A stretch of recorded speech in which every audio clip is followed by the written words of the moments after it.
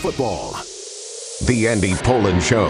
We got to go after this with everything we got, figuring they're going to come with everything they got. I'll start off by saying I'm bored, I'm broke, and I'm back. The Andy Pollin Show on ESPN 630 starts right now. You know the word I'm going to get sick of?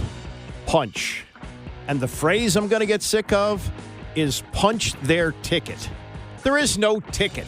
Tickets don't exist anymore. You want to go to a sporting event? You get it on your phone. You want to get on a train? They don't give you an actual ticket. They read a barcode on your phone. So as teams advance to the NCAA tournament by either winning or getting an at-large bid, they don't get an actual ticket punched. So let's stop with that already, okay? Enough of that. It's advancing to the NCAA tournament. And where this all started, I don't know.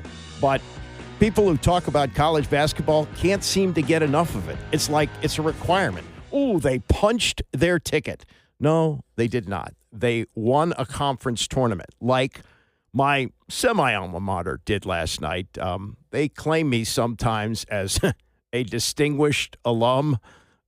First part of that is debatable. Second part is not. I'm not an alum. I was there for 3 semesters. I very much valued my time at American University. I learned a lot about doing radio at that time, but I am not an alum. I do not have a degree from American University, but I was very much rooting for them to win last night as they played Navy. And something happened early in this game that, you know, it's hard to get your head around, because when you think of the Naval Academy, you think of incredible discipline, and you think of men who will someday be protecting this country and have to keep their poise under fire.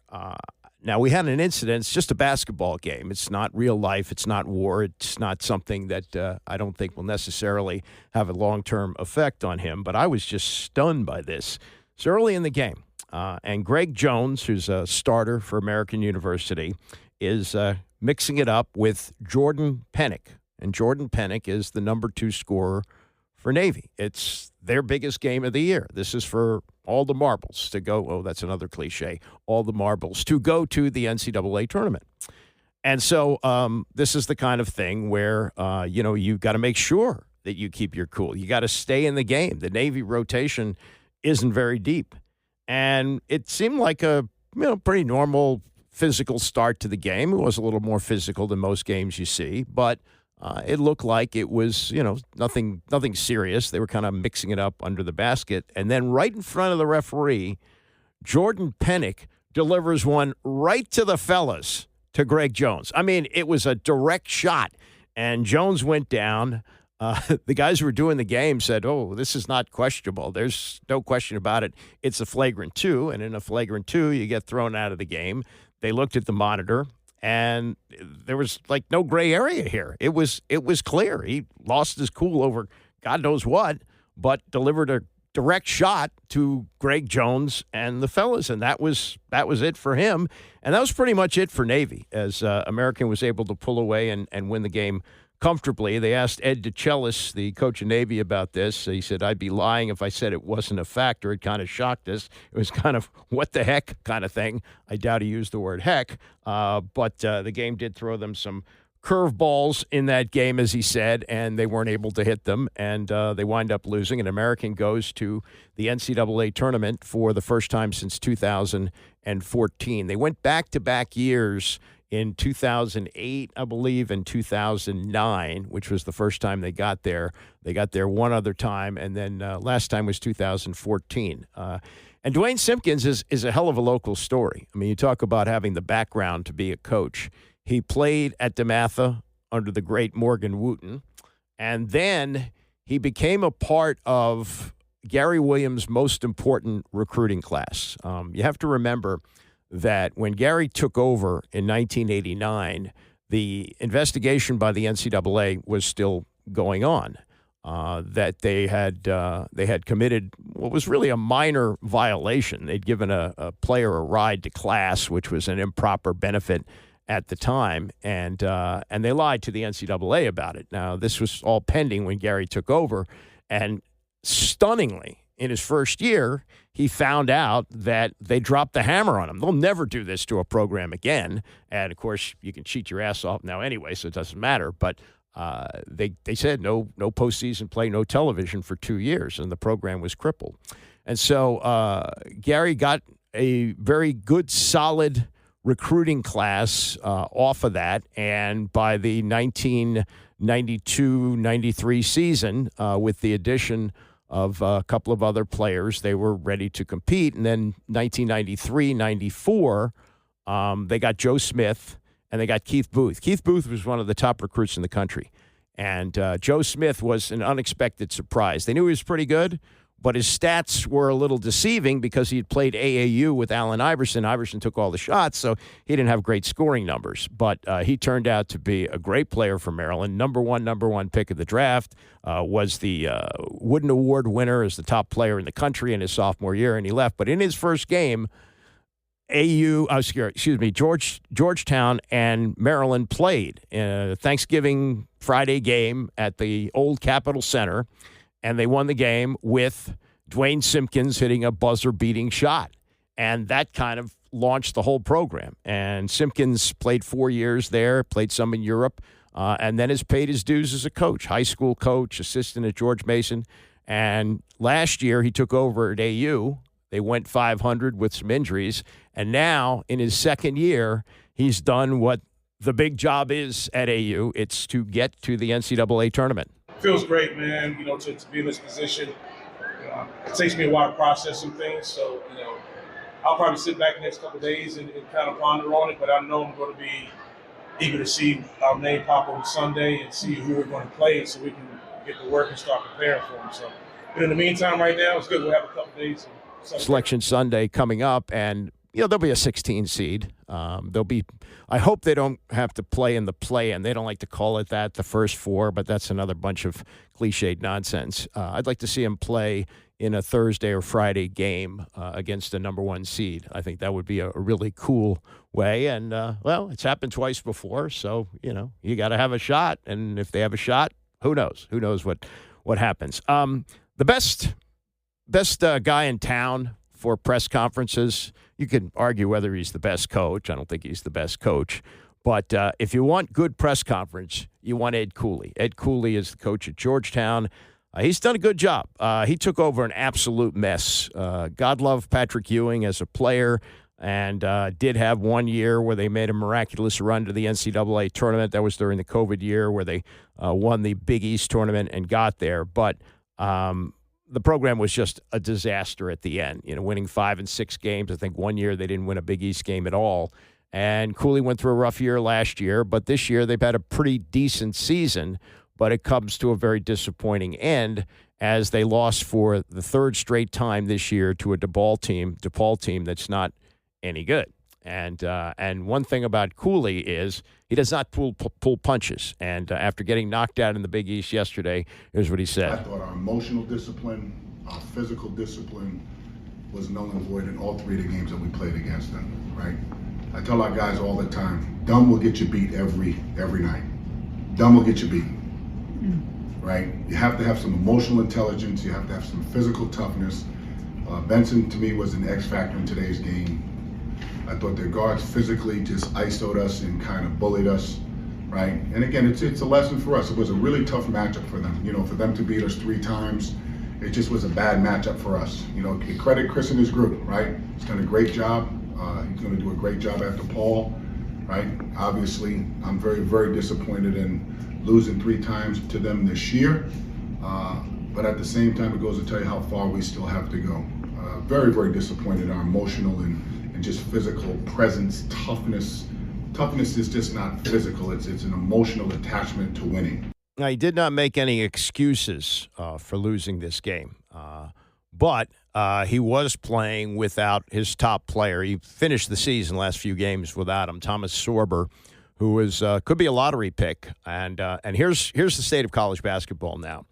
Ed Cooley, after seeing his team get knocked out in the Big East tournament, as to do really a kind of a recruiting thing here. So He's looking to next year because really, next year has already started. They got a winning record, but the reality is they're not going to the NIT. The season's over, and Sorber, will be coming off foot surgery, and may not have an opportunity to work out for teams and pre-draft situations. They're going to have to go all on what he did this year, and he's a terrific player and will be a great NBA or could be a great NBA player at some point. But right now, he's injured, and there's a question whether he goes into the draft or whether he comes back for another year. So this is Cooley not really making excuses for not having him in the loss yesterday, but kind of buttering him up to some degree and doing a little bit of media recruiting to get him to come back next season. When you lose someone who, in my opinion, my humble opinion, should have at the bare minimum been the Rookie of the Year. Bare minimum should have been the Rookie of the Year in this league. His impact for us takes nothing away from McNeely, nothing at all. His impact, the fact that these coaches didn't recognize that, I pray that kid comes back. I pray he comes back. He will be the Big East Player of the Year. He will be a first-team All-American. He will be a lottery pick. And we will be cutting the nets down in this building next year at this time, come this Saturday. That's exactly the way I feel. So I'm pleased with the process we're making, really disappointed that the right thing wasn't done for a kid who more than earned it. So if a kid is the Big East Rookie of the Week 7 times and the other kid's the Big East Rookie of the Week 7 times, they both played about the same amount of games. One person is just as much production, if not more, but had a major impact, not in the Big East, nationally. And he's not recognized like that. Shame on our coaches for not recognizing that. Seriously. Shame on the coaches, because that kid more than earned it, more than deserved it.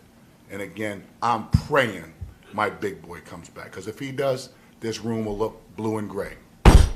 And that pounding of the fist was his exit from the news conference. He left. That was Ed Cooley. Well done. Well done. Nicely played. We'll see how it works out and whether he keeps Thomas Sorber. I want to throw this in. This story came out the other day from Adam Kilgore of the Washington Post. And college basketball, I would say, over all other sports, makes the coaches into the biggest stars. In the NBA, now that the Phil Jacksons of the world are gone, I don't know if we necessarily have a coaching star. And is it Mike Malone who won a championship a couple of years ago with Denver? No, I don't think so. I don't think we really have coaching stars. The players are the stars.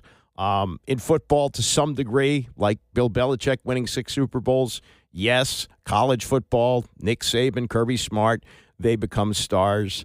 But not to the wide extent that they do in basketball, because the players come and go and the coaches stay. And they used to stay anyway until this NIL stuff, but they used to stay for a long time. And Mike Krzyzewski's a household name, Rick Pitino, Jim Boeheim. These guys, we've been watching them forever. Some of them have checked out, have retired, but there still are some coaching stars left. John Calipari now at Arkansas. But the reality of college basketball is so well put in this story that Adam Kilgore does on a coach who's now at Quinnipiac, Tom Pecora. And Tom Pecora was the coach at Hofstra in 2006. And in 2006, in the Colonial Athletic Association, Hofstra and George Mason had virtually identical records. And Hofstra had beaten George Mason twice in the last 2 weeks of that season, including a 58-49 week earlier in the CAA tournament semifinals. So in their last meeting in the semifinals of the tournament, Hofstra had won. And they wound up choosing George Mason. And you look at the divergent directions that the two coaches went, because at that point, Jim Larinaga was known as a very good coach, but he was considered to be a mid-major guy. He was a guy maybe that he'd reached his ultimate station in life, that he would finish his career coaching George Mason, very nice job, and then he'd go off and do whatever he was going to do. Nobody would have expected, especially at that time on Selection Sunday, that he would have this resurgence at the University of Miami and take them to a Final Four. But the selection was made. George Mason was taken. Hofstra was left out. And Tom Pecora, who's 67 years old, a coaching lifer, has never made it to the postseason tournament. The most money he's ever made in a season. It's not bad, pretty good. Most of us would like to have this, $600,000. But, you got coaches making, in some cases, $10, $12 million. And even Larinaga, when he went to Miami, made close to $3 million as the coach there. So, he got his big boost by what he did. Now, he's got to get a lot of credit by becoming the coach of the first mid-major to make it to the Final Four.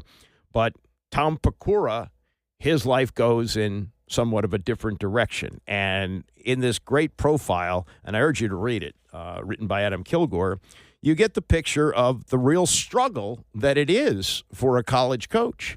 And in any walk of life, there are big-time lawyers, let's say, for example, that get all kinds of attention and handle huge cases and make millions of dollars.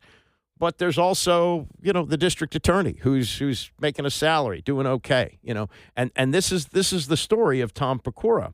And he understands what the snub cost him, as Kilgore writes. He didn't coach in a major conference. He never accumulated generational wealth. He's never been surrounded by joyful players and watched the name of his school flash on national television on Sacred Sunday in March. You look at other guys like, that guy's a great coach, but he's gotten every break, says Jay Wright. And he says, and Tommy is definitely one of those guys. Yeah, he's just the luck of the draw, the way it went. And there are some things that may have gone on in this selection, though I know it's been denied over the course of time. But he says, I'll go to my grave. This is Pecora. I'll go to my grave. We beat them twice by 11-9. We were a better team. I'll never say that, but they went on a great run. God bless them, but we belonged in the tournament. And then he says, some specifics still irk Pecora. Virginia Athletic Director Craig Littlepage, the tournament committee chair, once coached on the same staff as Larinaga. George Mason Athletic Director Tom O'Connor was on the committee. Both men have vowed their presence did not bias the decision. The committee uses protocol to prevent administrators from debating their own schools. Pecora still chafes at the personal connections. This year at the Final Four, Pecora said he ran into longtime basketball coach and administrator C.M. Newton. Son, you got screwed, Pecora recalled, Newton telling him, I wouldn't have left the room until they put your basketball team in there. Well, I have actually talked to Tom O'Connor about this, and he was on the selection committee that year. But he says by the time they got to the considering of the teams that they would put in as at-large, like ones, as they say, on the bubble, he says George Mason was already in. Who knows? But, I mean, you look at this guy, Pecora, who's, coaching at 67 at a mid-major. Nobody has to have a benefit for him or feel sorry for him. But it's that one, people talk about that one shining moment, the NCAA tournament final where they play a song and everybody celebrates the video and all that.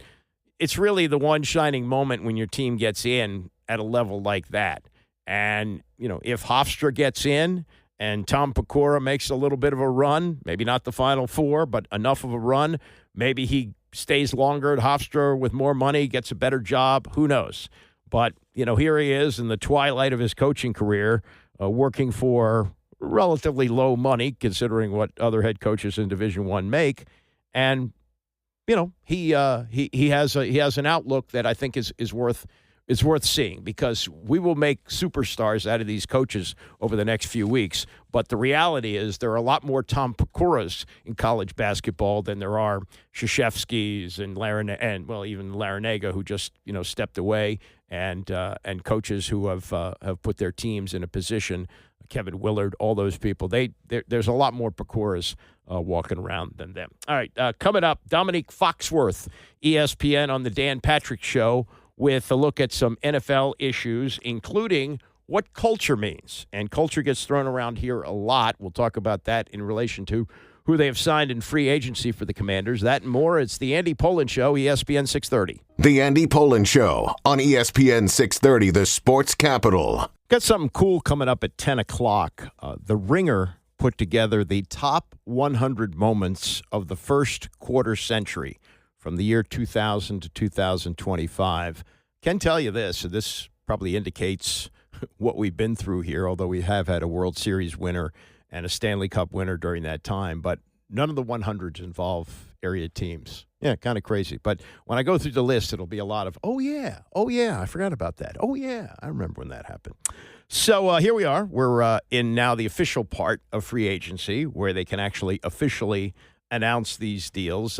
Nothing too exciting yesterday from the Commanders other than the re-signing of Marcus Mariota. He's coming back on a one-year deal, and this is a pretty good thing for them because not only do they have a guy who's proven that he can win with this team, because 2 of the wins were his last year, as Jayden Daniels got knocked out early in the Carolina game, and also when they, I think, cautiously put him on the bench at the half against the Cowboys, and he led him on a comeback there. It wasn't a game they had to win, but didn't hurt. And so Mariota has proven he can win, and got a lot of credit for the development of Jayden Daniels last year.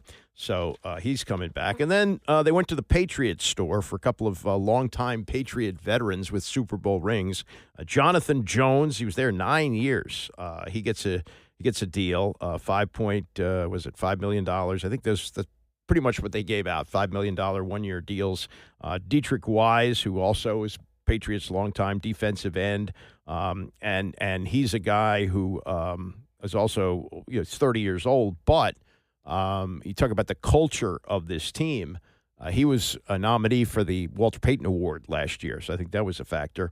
And this one sounds like a guy I went to Hebrew school with, but I'm pretty sure he's not necessarily Jewish, although I don't know that. He went to Friendship Collegiate, big defensive lineman, 320 pounds, and he was a second-round pick of the Bears in 2015. So that's a long time ago, but he's missed a lot of football. Didn't play the COVID year, 2020, opted out, and retired for 2 years, 2022 and 23. Played last year with Atlanta and showed enough that they brought him in here. So these are not big names, but these are pieces, and they fill needs at corner and also on the defensive line. Back to the culture issue, and this I thought was very insightful yesterday. Dominique Foxworth played at Maryland, played with the Ravens, played with the Denver Broncos. An excellent analyst with ESPN. He's part of the Get Up show. He does his own podcast, does a lot of writing. Very, very bright guy. And he was on the Dan Patrick show yesterday explaining, I think very insightfully, just how culture works in the NFL. And when you establish a culture, as they apparently have here in 1 year, this is how much it means. Culture to me is like the accepted behaviors and activities, processes in an organization. And it is impossible to maintain a culture in a locker room of 60 players, 25 coaches, in front offices if you are constantly throwing people out. A basketball team is slightly different. You bring in one really good player who has the proper mindset, and the culture around the 15 guys changes immediately. I do think there's something to be said for understanding that when you land in an organization, this is how we do things. And like I played for the Ravens. I played for the Broncos under Mike Shanahan. These were places where when I showed up, I knew how things were done. And even though we weren't always great, like I understood, and you see the Ravens are a team that has had a pretty consistent leadership, and they've managed to transition from era to era and still have that culture. I think that's really important. And the Steelers, you point to them. And there's a lot of teams that I think can fall into this category, and they happen to also be the teams that are consistently competitive. But do you think we've gotten to a point, though, Dominique, with the Steelers, that they have to do things that are not traditional? Like you spent a lot of money, and you bring in DK Metcalf. You might bring in Aaron Rodgers. I don't know. It just feels like, hey, we can go 9-8, and we can go 9-8 again. How about we try to go 10-7, 11-6? How about we win a playoff game? How do we do that? I don't know. How about we do something different this year? I agree with you, and I think a lot of the analytics in football has pushed everyone to try to make these risk optimizing decisions, which I think are great generally. But to your point, like leadership is sometimes making a decision with your plums. Like make a decision, like an aggressive decision that flies in the face. Sometimes it's going to sign a running back for more than what running backs go, because in trading for Christian McCaffrey, we talk about the 49ers, that accelerated that team. But everyone at the time was like, why would you trade for running back? And then you point to the same situation with the Falcons. Why would you draft a quarterback when you already have one that you paid a bunch of money? It seems like they're in a better position now had they just stuck with Kirk Cousins. You can go through the list of times when people have made these kind of irrational seeming decisions, but I do think that it's about making calculated gambles. And that would be in Pittsburgh. I think you're alluding to Aaron Rodgers as a selection like that. To me, as long as they are not convinced that it 100% works, as long as they are aware that this is a calculated gamble that they think is worth making, I think it's fine. It's one of the only organizations that I think is stable enough that can bring in some unique personalities like Aaron Rodgers. And as we sit here just before 9:30 on Thursday, Aaron Rodgers is probably pulling his usual diva act. Oh, I'm not sure. I may go into darkness. I may have to go to the beach. I'm not sure. I don't know what. So at some point, he'll probably sign with somebody. And right now, the contenders look to be the Giants and the Steelers, but who knows on that. Meantime, back to the Commanders and what they've been doing. Tom Lovero's got a column about this today. It's a lot about what we've been talking about in the recent weeks, about how the development of Jayden Daniels and how quickly he's morphed into one of the great quarterbacks in the league has changed the timeline on what they do. And Tom goes back to the introductory news conference about a year ago, a little over a year ago now, about, it's almost 14 months. Time flies. As Adam Peters was introduced, and he talked about how they were going to build through the draft and supplement through free agency, and, quote, we're going to be very process-driven and diligent who we select in free agency, but we're going to build through the draft. And as Lovero says, process, vision, Peters has become George Allen. In other words, the future, baby, is now. Since November, Peters has traded 8 draft picks for 3 veterans well past drinking age. He picked up cornerback Marshawn Lattimore, receiver Deebo Samuel, and the latest arrival, 5-time Pro Bowl left tackle Laramie Tunsil. Someone better keep an eye on Peters. He may try to trade the same draft pick twice. That's kind of an inside joke for us old-timers. George Allen actually did that, traded the same draft pick twice, and I think got hit for like a $2,000 fine or something like that. It wasn't a big deal at the time. Now it would be, of course, and now you couldn't get away with it, but he did, and it was like, whoa, how did that happen? Anyway, Lovero says you could make the case that the team that went 12-5 this year could have gotten past the Eagles in the conference title game with the addition of a healthy Lattimore for a full season, Samuel and Tunsil. A stretch maybe, but at the very least, a showing better than the 55-23 beating that they took. Tunsil has the 5th lowest pressure rate, 8%, and the 2nd lowest sack rate, 0.6% among left tackles over the last 3 years. To put it simply, over those 3 seasons, Tunsil has given up 10 sacks and 65 pressures. That is 4 fewer sacks and just 8 more pressures than Commanders' left tackles allowed just last season, according to Pro Football Focus. So they're going for it, and I don't think anybody's saying, whoa, slow down. They went for it for years here, and stupidly, and went after big names that Dan Snyder was aware of through SportsCenter. This is a lot different. And, yesterday they picked up a variety of veterans, and whether they pan out to be big contributors or not, we'll have to see. But the 3 splash moves, as Lovero talks about there, trading for Samuel, trading for Deebo, and then last year during the season trading for Marshawn Lattimore. As for the draft and quarterbacks that are going to be available, the big debate now, do you take Cam Ward or Shedeur Sanders as the top quarterback? What are they going to do at number 1? Does it appear that Tennessee is going to take one of them or trade out? We don't know.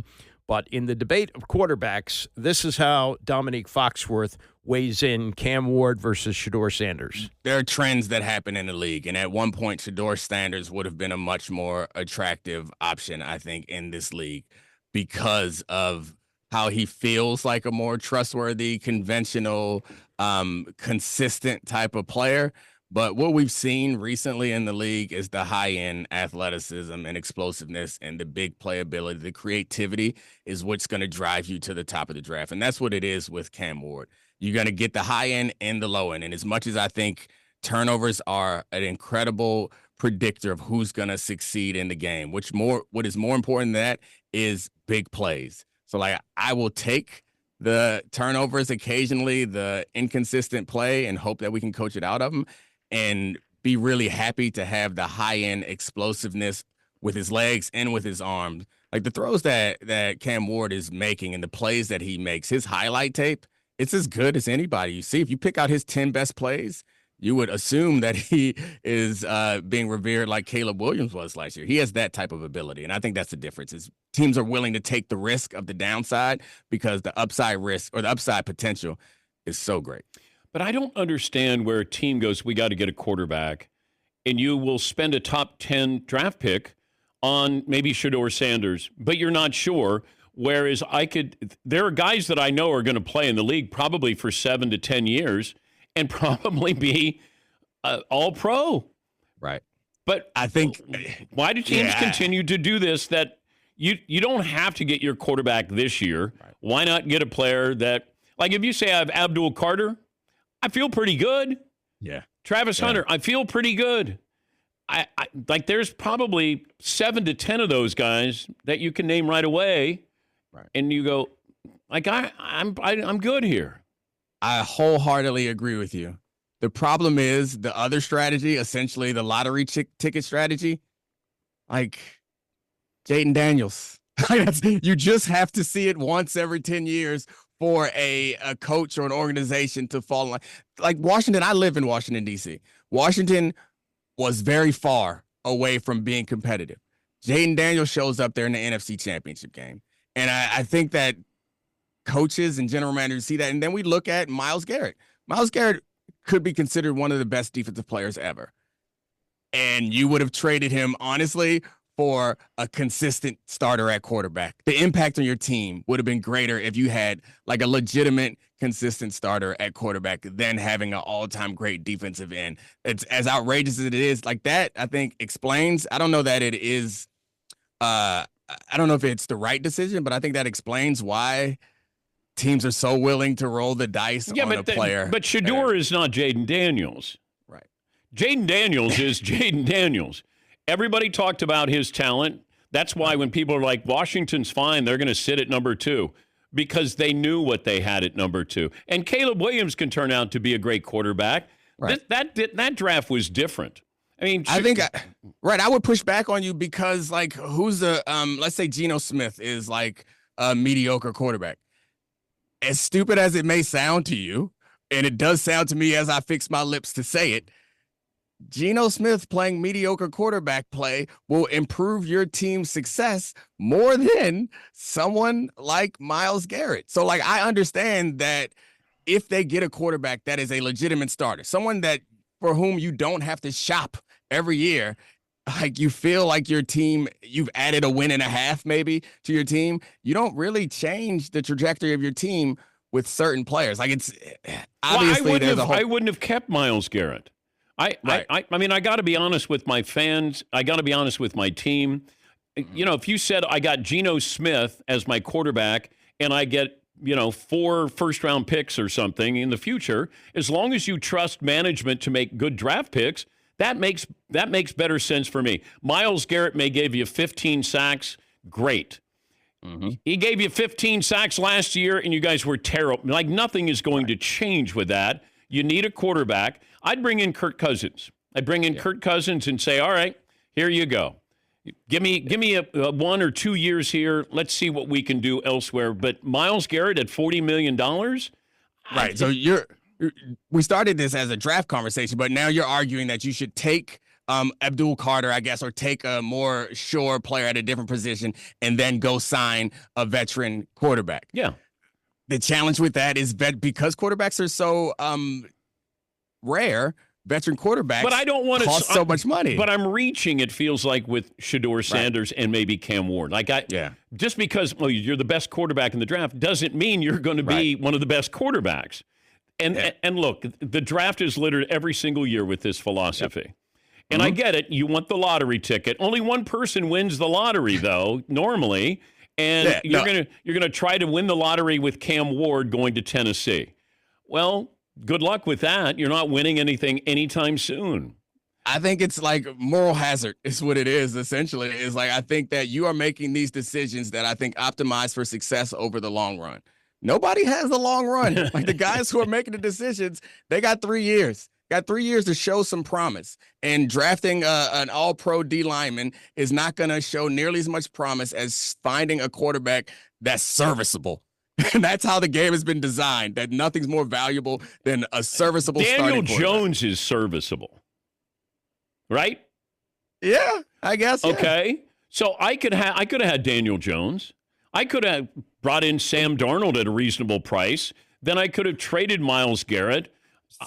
Whoa, you said at a reasonable price. That's where you're wrong. No, Sam Darnold is a reasonable price. He's getting $27.5 million for the next 2 years.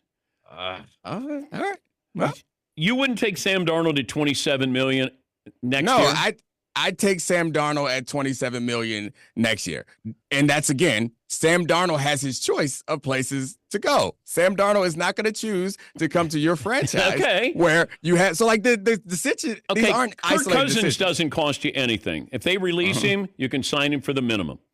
Would you take Kirk Cousins as your quarterback? Okay, that's what I'm saying. I'd absolutely take Kirk Cousins as my quarterback. I don't want to reach. That's the Russell Wilson situation. Okay. Would you take Russell Wilson as your starting quarterback in Cleveland?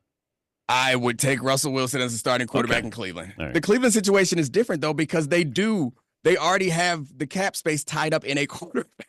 I know that. So their situation is uniquely bad. But I generally agree with you from building a franchise is again, the best quarterbacks in football, you can't think of any except for Joe Burrow, who started out in bad situations.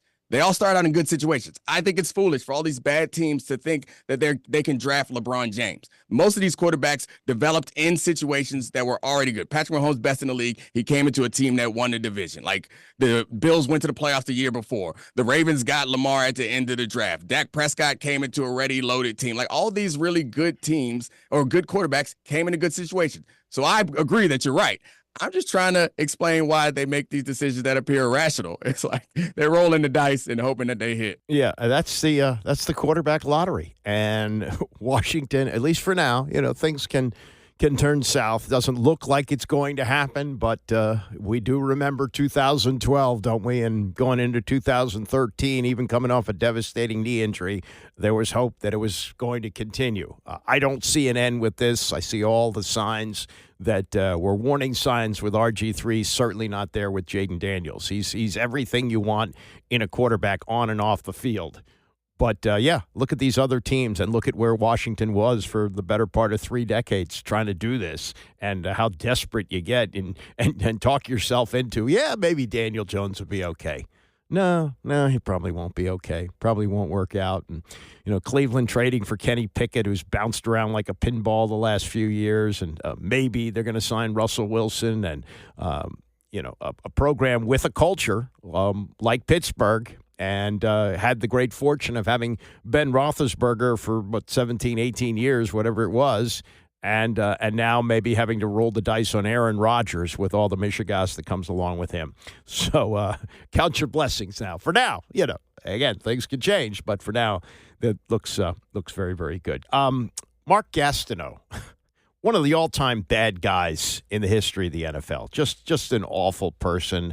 He was one of the first to cross the picket line in the strike of 1987. He famously got in a fight with some of his teammates. He was disliked, but he was part of the sack exchange, and they recently did an ESPN 30 for 30 on the group that was so successful for the New York Jets in the early part of the 1980s. They had a chance to be a Super Bowl champion team. As a matter of fact, if things had gone a little bit differently, it would have been the Redskins that would have played them in the Super Bowl instead of the Miami Dolphins in 1983. This was Joe Klecko, Marty Lyons, Abdul Salam, who's passed away but lived long enough to participate in this documentary, and Mark Gastineau. And Gastineau is the most famous member of the group, or should I say infamous. And at one time, he held the sack record in the NFL. He was all about the sack, and he was good at that. I'll give him that. But his record was broken by Michael Strahan in 2002 when he sacked Brett Favre, and it did look like Brett Favre kind of gave it to him, kind of went down. And a lot of people were happy that happened because you wouldn't have Mark Gastineau anymore at the top of the list. But Gastineau, that was his only claim to fame, and he kind of lived on that and the fame that it brought him. So he's been bitter about this. And as part of the documentary, they showed a clip of Gastineau attending a card show where Favre was signing autographs. And you see Gastineau approach Favre in a way like, hey, two old football players, dapping it up and talking about the old days. But no. That's what Favre thought initially, but that's not where it went. I'm going to get my sack back.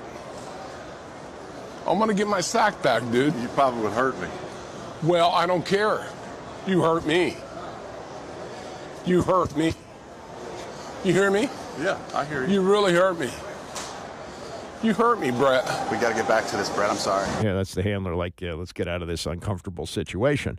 Gastineau knew that there was a crew that was taping this. He was not aware that he was aware, of course, that there were TV cameras right there. It was part of the documentary. It was part of the promotion for the Sack Exchange 30 for 30. And now Gastineau has decided, they did me wrong. And he's looking for $25 million in damages, contending he was portrayed maliciously false in the clip. You said it, dude. You were the one who approached Brett Favre. The tape was not doctored. They didn't use AI. Those are your words. The lawsuit was obtained by the New York Post, and he says that ESPN, without his consent or permission, and because of his inaccurate portrayal, he's been attacked on social media with ridicule, scorn, and contempt. Well, he didn't really need this clip to be ridiculed and scorned because he already had that going for him. But he claims that the edited clip showed him in a bad light, and that he claimed that he signed on to the documentary in January of 2024 as part of the agreement and had approval for any changes that were to be made. Now, this encounter took place in 2023 before he signed this, and I don't know if they had to run every clip by him. You have to look at the legal fine print on that. Favre has defended Gastineau following the release of it. He described the confrontation as not the kind of moment that should be filmed and released and labeled it a private moment of frustration. Well, maybe so, but, Gastineau was paid to participate in this documentary. And as far as final approval of everything that went out, I'd be curious about that. Because in a documentary, the editing a license, I guess is the way to put it, is up to the documentarian. You sign away your rights to participate. You get paid. They tape interviews with you. They use various clips from your career. And they had this. And they used it as the promotion because I think it tells the whole story that 40 years later, this is how he's looking at it. And at the time, his record was broken. I don't think anybody said, oh, poor old Mark Gastineau, including his former teammates, who didn't really like him, So, that's the deal. Live with it. $25 million lawsuit. I'd like to see where this goes. I don't think ESPN's going to settle either. I think this is going to go nowhere. I think it's going to be thrown out. But Mark Gastineau's still keeping himself in the news to some degree, I guess. All right, coming up in the next hour, the top moments of the 21st century in sports. The Ringers put together 100 of them. I'll go through a bunch of them as we continue. It's the Andy Pollin Show, ESPN 630. All right, got some good stories this hour, including one from Matt Stafford, quarterback for the Rams. He was on a podcast that the Kelsey brothers do. It's called the New Heights Podcast. That's the name of their high school. They reportedly make $100 million from that. But anyway, they collect some pretty good stories. Jason Garrett, speaking of stories, he's got a really good one about the drafting of Dak Prescott some years ago when he was coach of the Dallas Cowboys. We'll get to that. And The Ringer has come up with the 100 top moments of the first quarter century of the 20th century, the first 25 years of this century, which, of course, began in the year 2000. So we'll get to that and a whole lot more as we roll towards 11 o'clock, as Bram Weinstein will be in then. Lots and lots of March Madness. Congratulations to AU. My, I guess, semi-alma mater. They sometimes claim me as a grad. I'm not a grad, but I was there for 3 semesters and very much enjoyed and learned a lot, especially about radio in that time. But they have advanced to the NCAA tournament for the first time since 2014. Dwayne Simpkins, who's got, boy, you talk about local basketball pedigree. Great player at DeMatha, great player at Maryland, coached at George Mason as an assistant, and now the head coach at AU. And if this continues, they're not going to be able to hang on to him very long because in 2 short years, he's done a really great job there. And they beat Navy last night and are moving on. So we got GW playing today in the Atlantic 10, season over for Georgetown. They lost yesterday to DePaul, and Virginia also lost as well. We also got George Mason with the possibility to get there, but we're going to have at least 2 teams in.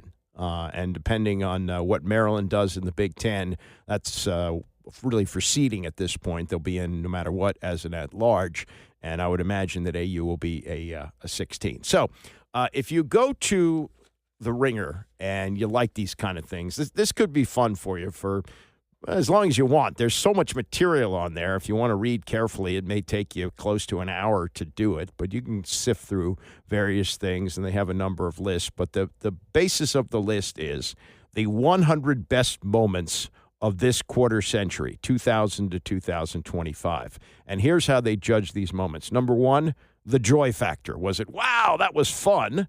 Number 2, does it transcend sport? Is it something bigger than sports? The holy S moment, like, oh my God, holy S. Number 4, I remember where I was when this happened. Championship stakes. Was this for, say, a Super Bowl or a World Series? Key characters in this. Do we remember the athlete or the person that was involved in this? The legacy of the moment as it lives on. The nickname for the moment, like the Music City Miracle, for example. And will we be talking about this 25 years from now? Will you still love me in 2050? Hope to be still around in 2050. I don't know how realistic that is, but that would be great as well, that I can look back on these moments and say, yeah, 25 years ago, we were talking about that. All right. When I see a list like this, 100 items, first thing I do is I go to number 1. What's number 1? And then at the beginning, they usually show you what's number 100. And that kind of gives you the perspective of what might be in between. So number 100 on this list is the Fail Mary, which took place September 12th, 2012. Remember, we had replacement refs. This was only 3 games into the season, but Roger Goodell was playing hardball with the referees. So we went through the preseason and 3 games. This was the final game of the first week, the third week, which was a Monday night game between the Seahawks and the Packers. And Russell Wilson threw a Hail Mary to Golden Tate, which appeared to be intercepted and would have given the victory to the Packers. Instead, they ruled it a touchdown, but one referee threw his hands up in the air. The other one signaled incomplete pass. Neither one was right, but the ruling was touchdown pass. Seahawks won. The next day, the referee's strike was settled. The real guys were back. Number 1 on the list is the helmet catch. And this was in the Super Bowl, February 3rd, 2008. And I have a hard time arguing with this. I can't think of anything bigger than this. The late, great Steve Sabol said this was the greatest catch in NFL history. David Tyree catching the ball with one hand against his helmet as the New York Giants upset the 19-0 Patriots, or the Patriots, I guess, who are going for 19-0. And I remember being at that Super Bowl, doing Radio Row. Some of the Dolphins, like Mercury Morris, were walking around saying, hey, they may be in my front door, but they're not at my kitchen yet. So until that happens, we're still the only undefeated team. And sure enough, thanks to the helmet catch, they remain the only undefeated team. That would have celebrated Tom Brady in a way that I don't know if you can celebrate him even more. But if that team finishes undefeated with Randy Moss, that goes down without question as the greatest team in NFL history, and still might be. And without the helmet catch, they would be, because that was a 4th down play. That would have ended that drive for the Giants, and I believe that the Patriots would have been able to run out the clock. So 100, the Fail Mary in 2012. Number 1, the helmet catch in 2008. Let's go to some of those in between. Number 93, January 1st, 2014, Jadeveon Clowney in a bowl game, not a national championship game, but South Carolina playing Michigan, and he hit Vincent Smith so hard that Smith's helmet popped off. And Clowney was considered to be such a force that in his then sophomore year, it was suggested that he sit out his junior year for fear that he might get hurt, and he would still be the number one pick of the draft. That is a viral moment, and it happened in 2014 as Clowney separated Vincent Smith from his senses and his helmet. Number 88 on the list. This one is a really good one. April 19th, 2020. That was the start of the Last Dance documentary that ran on ESPN on consecutive Sunday nights for, I believe, 4 weeks. It was an 8-part series, and this was all we had. The world was shut down because of COVID. There were no sports going on.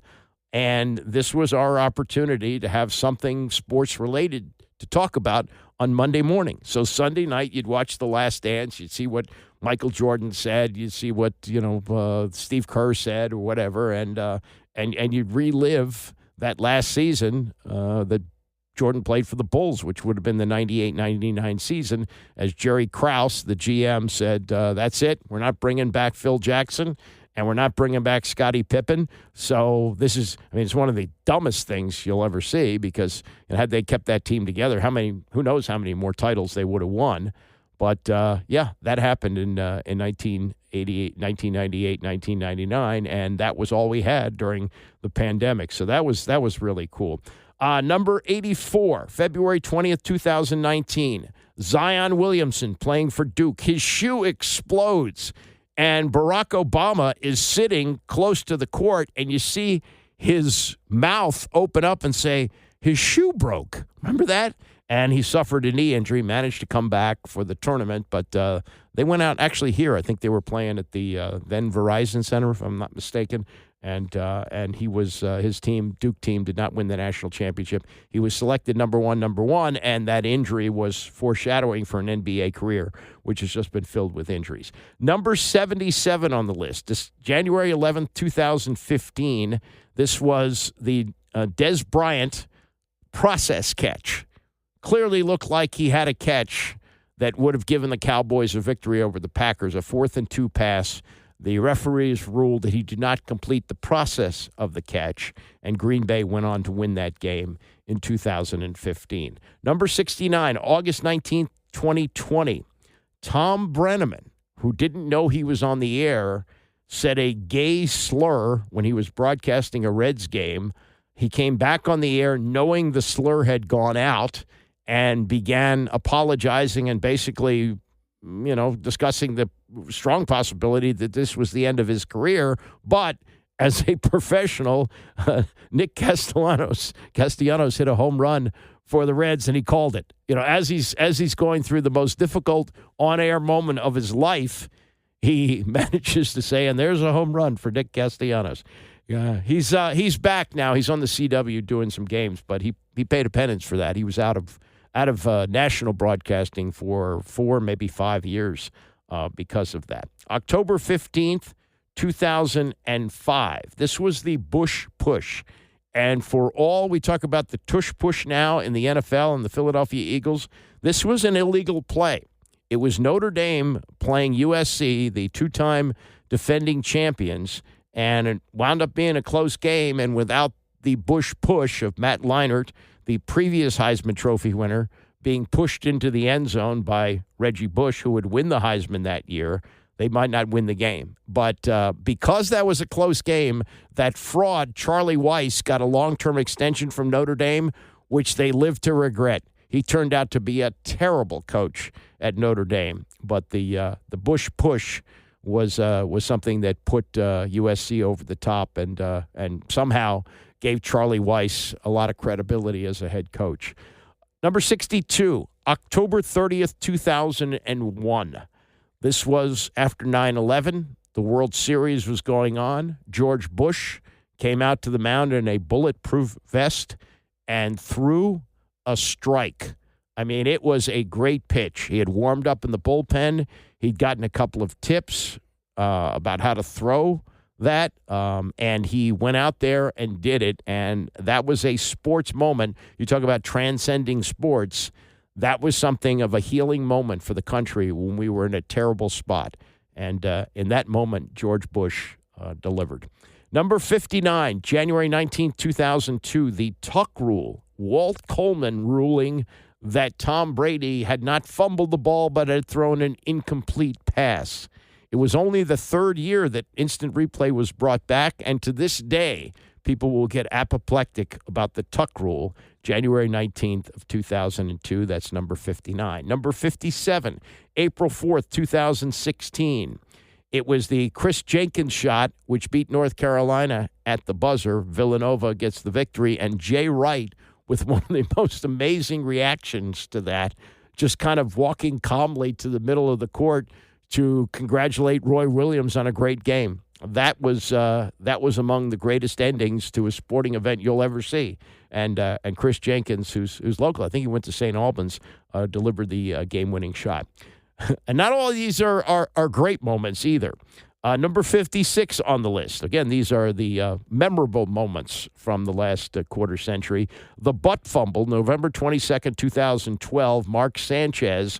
And if you don't remember the butt, it was Brendan Moore, offensive lineman, ran into his butt, fumbled the football. And Mark Sanchez, who at that point was starting to establish himself as at least a pretty decent quarterback, although he was starting to fade a little bit, but he had been the quarterback of the Jets when they went to back-to-back AFC championship games, and that was pretty much the beginning of the end. He wound up finishing here when they were desperate for quarterbacks in 2018, and now is a broadcaster on Fox. Number 53, and this says as much about Jalen Hurts as it does about Nick Saban. You think about the ramifications of what happened January 8th of 2018. National championship, Alabama, Georgia. Jalen Hurts was a sophomore. He had started every game for Alabama. The only other game that he was in that they didn't win was a game a year before in the championship. He didn't win. And at halftime, he was benched for an untested freshman by the name of Tua Tagovailoa. And Tua Tagovailoa hit Devontae Smith for a touchdown pass. Nick Saban was right. He needed the better passer at the moment. He won the game, and on top of everything else, and this told me what kind of an individual Jalen Hurts is.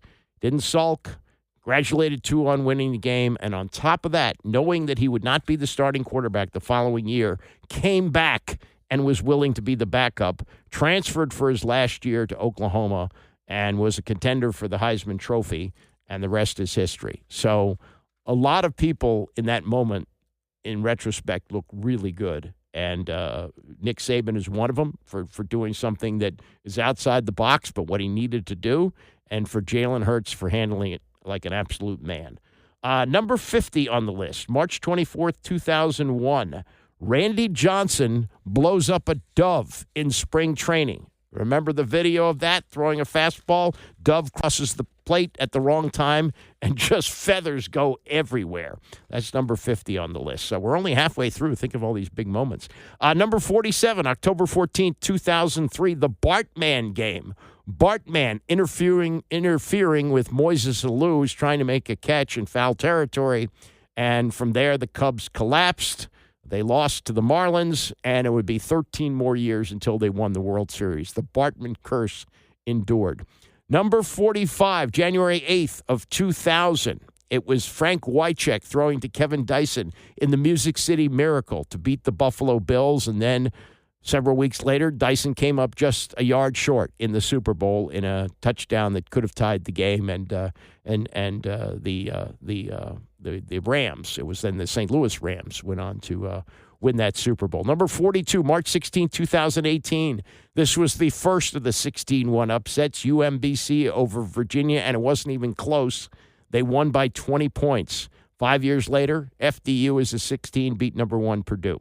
Number 38, January 22nd, 2006, Kobe Bryant goes off for 81 against the Toronto Raptors. The only other performance in NBA history that's a higher scoring output is Wilt Chamberlain, 100 in 1962.